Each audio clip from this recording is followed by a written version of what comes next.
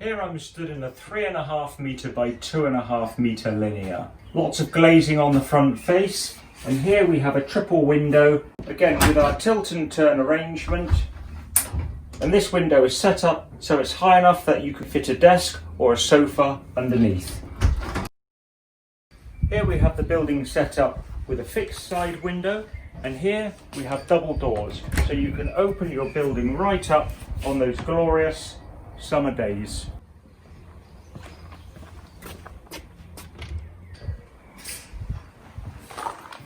Here we have the 3 metre by 5 metre linear building.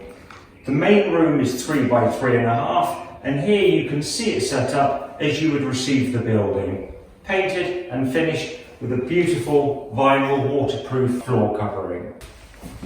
We've incorporated a bathroom into the building as well. So if you're using it as an office, a guest room, or the occasional use sleepover, perfect with a bathroom.